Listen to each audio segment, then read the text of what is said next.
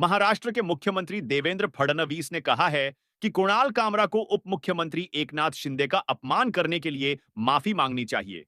उन्होंने कहा कि ऐसे कृत्यों का समर्थन करने वाले शहरी नक्सलियों को सबक सिखाया जाएगा। इस बीच राज्यसभा के सभापति जगदीप धनखड़ ने कहा कि एनजेसी अधिनियम के मुद्दे को आगे बढ़ाने के लिए वह शीघ्र ही राज्यसभा में विभिन्न पार्टियों के संसदीय दल के नेताओं की बैठक बुलाएंगे। डीटीसी को लेकर दिल्ली विधानसभा में पेश की गई कैग रिपोर्ट में चौंकाने वाले तथ्य सामने आए हैं। रिपोर्ट में परिवहन को लेकर पिछली सरकार की पूरी व्यवस्था पर सवाल उठाए गए हैं। 2015 से 16 में 82,363 करोड़ रुपए का घाटा 2021-20 में बढ़कर 65,274 करोड़ रुपए हो गया। पश्चिम बंगाल में टीबी के मरीजों की संख्या में लगातार इजाफा देखने को मिल रहा है। हर साल बंगाल में 1 लाख से अधिक टीबी के मरीज सामने आ रहे हैं। पूरे राज्य में कोलकाता सबसे अधिक प्रभावित है। जल्द ही पात्रों लोगों की पेंशन आएगी। उन्होंने कहा कि इस योजना के तहत 140 करोड़ रुपए जारी की है। उन्होंने कहा कि नियमों में संशोधन पर हमारी सरकार विचार करेगी। विपक्ष जो झूठ फैला रही है वो सच नहीं है। उन्होंने विधानसभा में दिल्ली परिवहन निगम डीटीसी पर नियंत्रक एवं महालेखा परीक्षक सीजीएगी की रिपोर्ट पर चर्चा के दौरान यह बात कही। 8वीं दिल्ली विधानसभा का पहला बजट सत्र चल रहा है।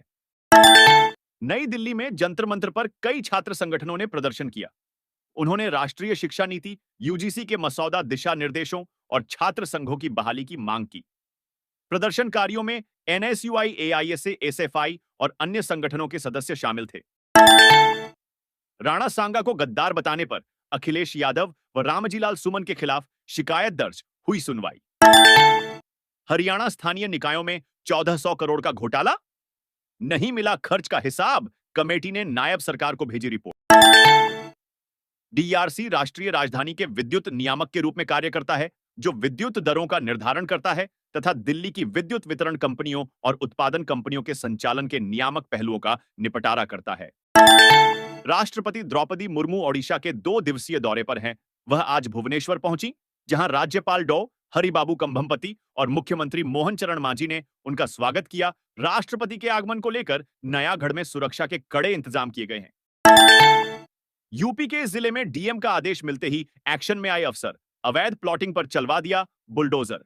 केंद्रीय गृह मंत्री अमित शाह बिहार विधानसभा चुनाव का शंखनाद करने के लिए 29-30 मार्च को 2 दिवसीय दौरे पर बिहार आ रहे हैं। 30 मार्च को अमित शाह गोपालगंज में राजनीतिक रैली को संबोधित करेंगे। प्रधानमंत्री नरेंद्र मोदी 14 अप्रैल को हरियाणा आ रहे हैं। वह यमुनानगर में Deenbandhu Chaudhary Chhotu Ram thermal power plant में 800 मेगावाट बिजली क्षमता की नई यूनिट का शिलान्यास करेंगे और हिसार में महाराजा अग्रसेन हवाई अड्डे से हवाई सेवाओं की शुरुआत करेंगे।